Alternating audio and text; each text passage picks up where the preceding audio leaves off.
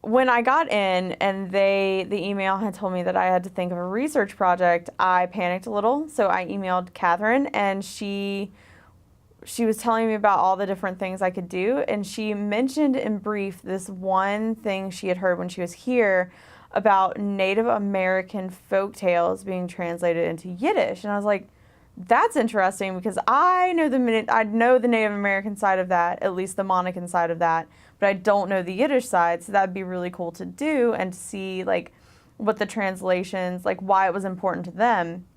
When I got here, Rivka Margolis told me, not quite, that mainly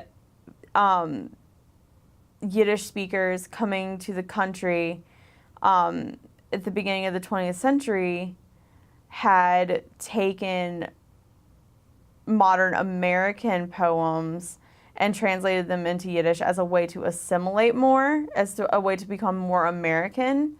And one of the people that they did that with was Walt Whitman, and some of the poems that they translated from Whitman had to do with Whitman's depiction of Native Americans. So it's a very long-winded route from that to what I'm doing now, which is looking at 2 or 3 of Whitman's poems in translation and saying, or figuring out why they would have been important for Jews to have them in print, in like a newspaper or a journal.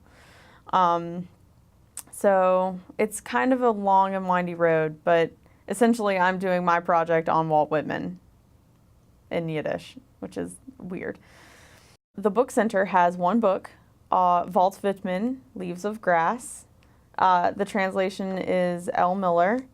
So I have that, and I talked to Rachel Rubenstein, who works at Hampshire, and she wrote this book about going native, or members of the tribe going, and then one of her chapters is going native, becoming modern, which is also part of her dissertation, I believe.